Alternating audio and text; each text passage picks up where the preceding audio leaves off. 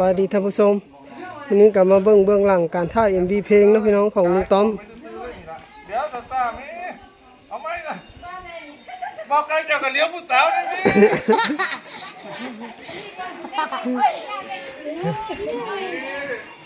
่เลี้ยวยังสี่นี่เลี้ยวผู้สาวนี่มีการบอกสวัสดีแต่อาปาแบบให้มันคือมันจะได้เห็นมันจะได้โฟกัสเป็นกล้องตัวนี้มือกล้องตัวละคร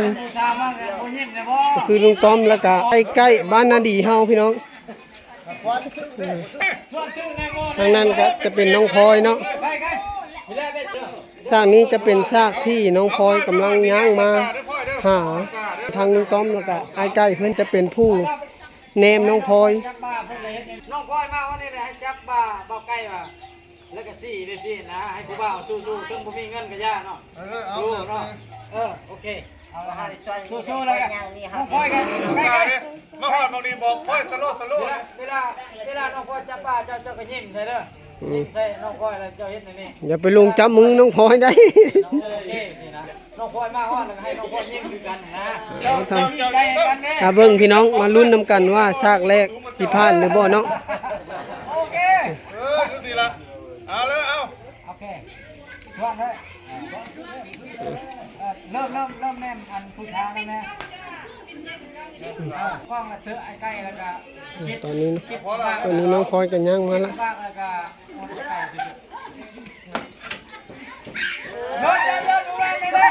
คัดโอ้วิธีแล้วนี่เขาว่าแล้วนะ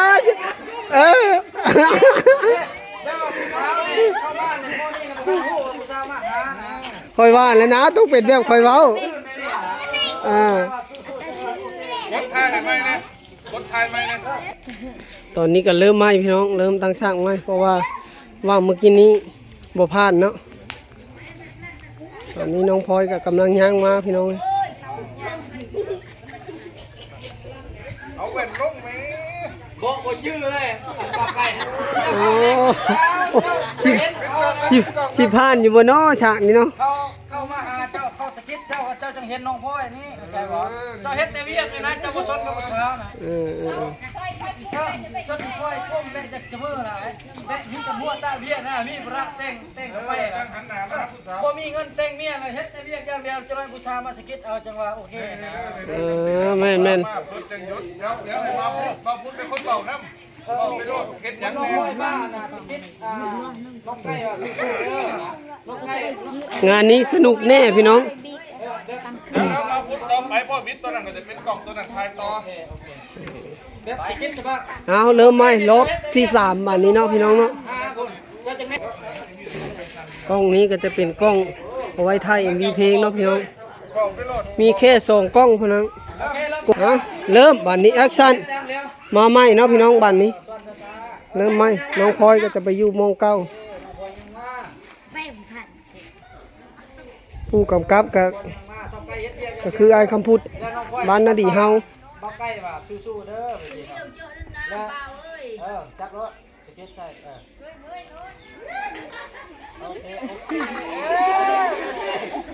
ได้เรื่องรอบนี้ผ่านโอ้มี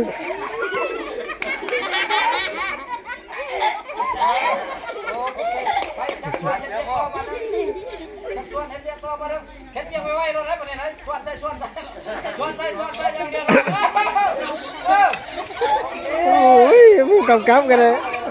วันนี้คือว่าผ่านเนาะพี่น้องเนาะเคสนี้เนาะไปเฮียนั่นไปสร้างไม้เนาะพี่น้องบัดนี้ตอนนี้เพิ่นก็ยังปรึกษากันอยู่เนาะพี่น้องเนาะว่าตกลงกันว่าสิเฮ็ดจังใดจังสิให้ผ่าน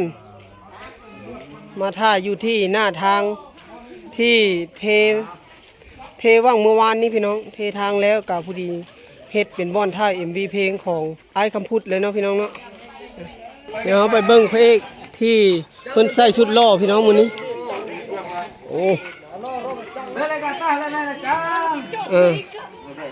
ตอนนี้ผู้กำกับก็กำลังใส่ชุดให้พระเอกเพิ่นเนาะเพื่อแต่งตัวให้ล่อๆมาครับนางเอกก็คือน้องพลอยพี่น้องกล่องตัวนี้ว่าที่แก่งดีเถอะเนาะ แม่นเลย โอ้เองเฮาม ากกว่าอันมัน ได้เรื่องแล้วพระเอกนี่ นี่กูกับเล่นเองกำกับ ผู้กำกับก็คือเจ้าของผลงานเพลงเลยเนาะชื่อเพลงยังไง คาดองบ่พอแต่ง โอ้ กำลังสิไปขอเมียแต่บ่มีเงินแต่งเมียนี่ก็เลยว่าเฮ็ดเพลงเนาะคาดองบ่พอแต่ง กะว่า ติดตม เฮา ด้อ เฮาสิปล่อยในวันที่ใดนี่ ใกล้ๆนี่แหละเนาะใกล้ๆเนี่ยคาดกะว่าบางเทื่อนี่ต้นเดือนเนาะต้นเดือนเนาะบางเทื่อต้นเดือน ก็ เด้อ ฝากเข้ามาติดตามรับชมเพิ่นได้เนาะพี่น้อง ตามเด้อฝากติดตามเด้อ ทางช่องนั่นแหละของ บ้าวคำพุทธหน้าดีเนาะ โอ้ บ้าวคำพุทธหน้าดี โดยทางช่องเพิ่นได้เนาะพี่น้องจังไดก็ฝากเข้ามาติดตามรับชมเป็นกำลังใจให้ทีมงานเฮานำเนาะพี่น้องโดย แล้วแต่พระเอกเฮาไง พระเอกมาแล้ว ตอนนี้ก็พระเอกมาแล้วเนาะพี่น้อง ไปเฮา โอ้รอขนาดเลยงานนี้ เต้นเด้อ เยี่ยม ผู้ชมขนาดแล้วผู้ชมลายก็ โอ้ท่านผู้ชมพี่น้อง เป็นเพลงแรกแล้วก็คลิปแรกในห้องแรกที่ว่าห้องในบ้านเฮาเนาะ แม่น นี่เป็นเพื่อนนักห้อง บ้านนาดีเฮาก็เริ่มจะมีนักร้องหรือว่ามีหลายๆอย่างแล้วพี่น้องก็เริ่มค่อยพัฒนาไปเนาะ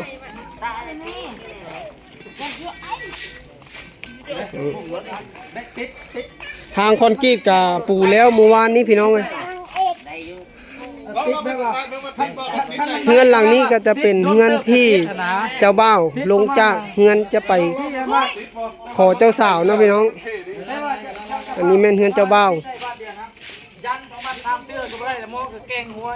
แล้วก็ลงซ่องเบิ่งอันหัวเทียนนะแกงหัวเทียนลงได้ ติดได้อีหลีเด้อ ฮะ คอยรถคันนี้มันติดได้อีหลีเพราะว่าสิได้ขี่เข้ามาหาผู้สาวอ่ะ เดี๋ยวได้อย่าพาฟ้านะครับลงติดก่อน กำลังลองติดเบิ่งมอไซค์เนาะพี่น้องรถจักรว่ามันสิสตาร์ทได้หรือบ่เพราะว่ารถนี้ก็เป็นรถของเพิ่นยืมยืมเพิ่นมาถ่าย MV เพลง แล้วคอยสิได้เป็นพ่อเบิดฮะ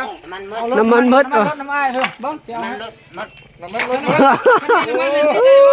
น้ำมันรถเบิดอีก ได้เตะเลย น้ำมัน เบิ่งสภาพรถพี่น้องมาเบิ่งสภาพรถ โอ้รถน้ำมันเบิด โอ้โอ้ยท่านผู้ชมกันเนาะไปช่องแล้วเนาะ โอ้หมดอีหลีสตาร์ท ตอนนี้ก็บรรยากาศใกล้สิค่ำๆแล้วพี่น้องประมาณ5 โมงแรง เอาไหม โอเคก็ติดแล้วกัน โอ้ตอนนี้ก็เป็นซากที่เพกบอกพ่อไปขอนางเอกเนาะพี่น้องเนาะไปขอสาวให้ แต่ว่ารถตอนนี้รถสตาร์ทไม่ติดแล้ว แกงหัวน้ำเด้อเวลามันบ่ติดแกงหัวน้ำเด้อใส่ได้ยกโก้ใกล้ๆยกโก้ครับเวลามันติดเวลาออกโตแล้วยกโก้เด้อโอเคเอาติดไหม เพกก็ทำท่าแกล้งหัวน้ำเนาะพี่น้องเนาะได้บ่ตอนนี้รถสตาร์ทไม่ติดแล้วพี่น้องเกิดมีปัญหานิดนึงแล้วครับน่าจะติดได้แล้วพระเอกก็มีกัน ตายแล้วเอาไหมเด้อ สู้เข้ามาเลยสู้เข้ามาเลย เอาไหมเด้อไม่ได้จะตัดเอาเด้อ นั่นทายเข้ามานี่ในกระว่าภูมินี่อันนี้มันรุดอันนี้มันรุดนี่มันรุดเอาเรื่องทายเข้ามาเลยนะโอ้ย อันนี้ก็จะเป็นเบื้องหลังของ MV เพลงเนาะพี่น้องของไอ้คำพุทธเพิ่นเป็นนักร้องทำอิฐของบ้านนาดีเลยก็แม่นพี่น้องกำลังตอนนี้กะกำลังถ่าย MV เพลงเนาะเพิ่นว่าเกี่ยมจะปล่อยในท้ายเดือนนี้แหละพี่น้อง เห็นความถูก กะรอติดตามรับชมไปน้ำกันพี่น้องว่าจะเป็นจังไดตอนนี้ก็เริ่มสตาร์ทรถใหม่เนาะพี่น้องเมื่อกี้นี้มีการผิดพลาดนิดนึงจังซี่แหละพี่น้องในเบื้องหลังก่อนที่ได้แต่ละซากก็บ่ได้แม่นเรื่องง่ายตอนนี้รถที่ได้แล้วโอ้ยลุ้นเกิน โอเคเท่านี้แล้ว โอเคป่ะ ราคาละ ปิดแล้ว บัดนี้ก็ไปซากต่อไปเนาะพี่น้อง ว่าจะว่าบริคอยกันที ตอนนี้ก็กำลังออกมาถ่ายเป็นซากที่เอกกับพ่อกำลังขี่มอเตอร์ไซค์เข้าไปในบ้านเพื่อที่จะไปขอสาวเนาะพี่น้อง ทำเลข อ่า เอาเลยบ่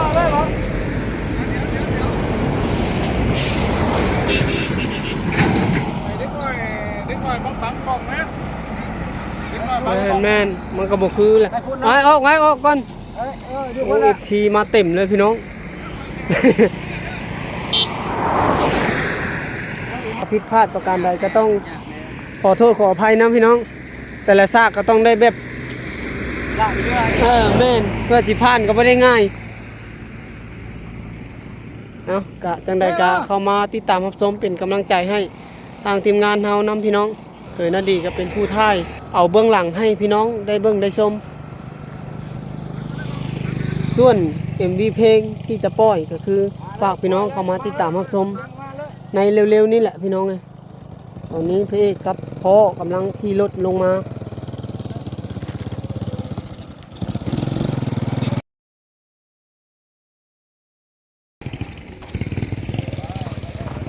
ซากนี้ก็ผ่านไปแล้วนะพี่น้องมาเบิ่งซากต่อไปบ้านนี้ที่เป็นจังไดเนาะตอนนี้เพิ่นก็กำลังเจรจากันเนาะพี่น้องปรึกษากันว่าจะเอาจังใด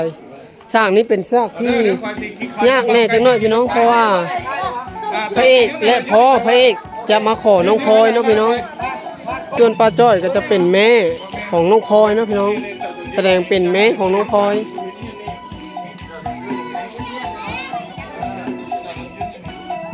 กำลัง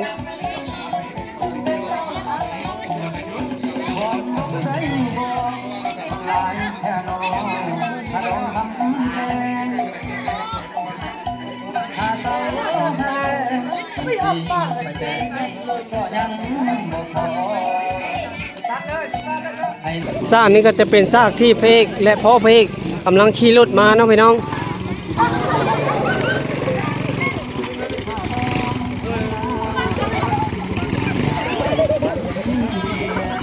กะชีจากตลกแน่จังน้อยพี่น้อง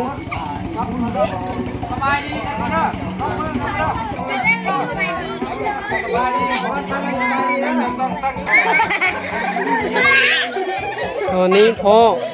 กับเพกจะเข้าไปกับสบายดีเพื่อนเนาะ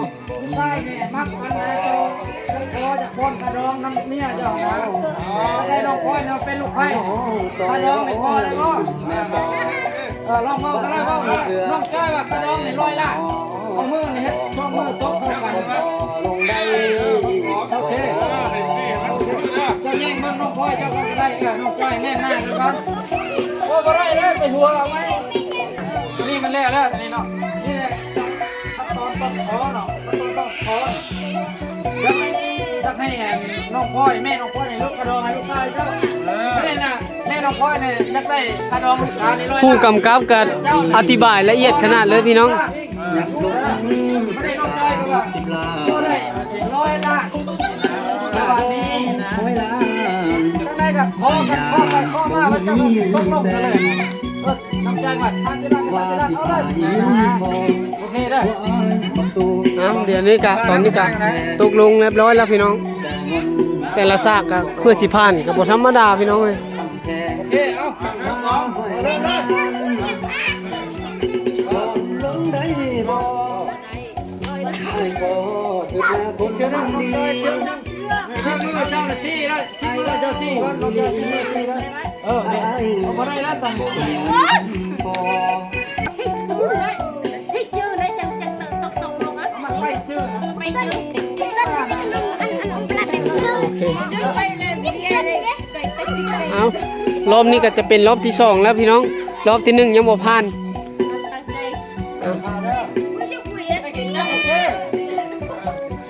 แอคชั่นมันลายแค่น้องถ้าดองทำแพงอะไรแค่100 ล้านเข้ามามาเลยเป็นสีแต่ก็ยังบ่พอไอ้น้องค่อยซอยไปว่าโอ้นำมันต้องพอเลยค่อยโอเคว่าไอ้นี่อยากไปพอถ้าดองบ่พอก็ต้องได้บ่โอเคยังไงครับเป็นจังหวะยกก้อยโอเคก็ลองกันแล้วโอเคอย่าน้องก็ไม่ค่อยจะไหนก่อนเนี่ยก้อยก็กันเนี่ยก้อยจนไอ้นี่น้ำอะไรเนี่ย พลอยกันเนี่ยโอเคโอเค โอเค ตอนนี้ มาเรียบร้อยเดี๋ยวไปตัด ก็ถือว่าผ่านไปด้วยดี โอ้ยล่ะ กว่าจะได้แต่ละซากนี่บ่ง่ายเลยพี่น้องอีลากอีเรือขนาดต่อไปก็จะเป็น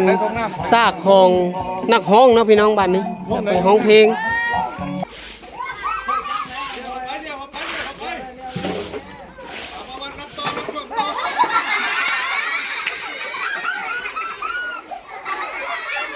ซากนี้เป็นซากที่สะดุดพี่น้องคือว่าสำเร็จเนาะพี่น้องโอเคเอาบ้านนี้ต่อไปก็จะไปเปลี่ยนบรรยากาศอยู่ที่ทุ่งนาเนาะทุ่งนาบ้านนาดีเฮาก็เป็นซากของนักฮ้องซากนี้ก็จะเป็นซากของให้นักฮ้องฮ้องเพลงเนาะพี่น้อง พอลงได้บ่มันหลายแค่นอหาดองคำแพงหาเสาหาแลงมันสิไปแต่ก็ยังบ่พอให้น้องซอยอายซอยไปเว้านำแม่พอว่าอายนี่ยังไม่พอหาดองบ่พอก็ต่อลงได้บ่หาดองเจ้านั้นแม่เจ้าเว้าแพงขนาดได้คำแล้วใจสิพาง เบิ่ง แม่น้องเว้าใส่จนอายนี้จนน้ำตาไหลถ้าดอกสร้างไว้ก็ต่อลงได้บ่ยัก ซิก โอเคตอนนี้ก็ค่ำแล้วเนาะพี่น้องเนาะถ้าเอ็มวีเพลงโอ้บ่ธรรมดาพี่น้อง แต่ละซากเพื่อสิได้ผ่านบ่ได้ง่ายเลยพี่น้อง จนค่ำปึ๊บ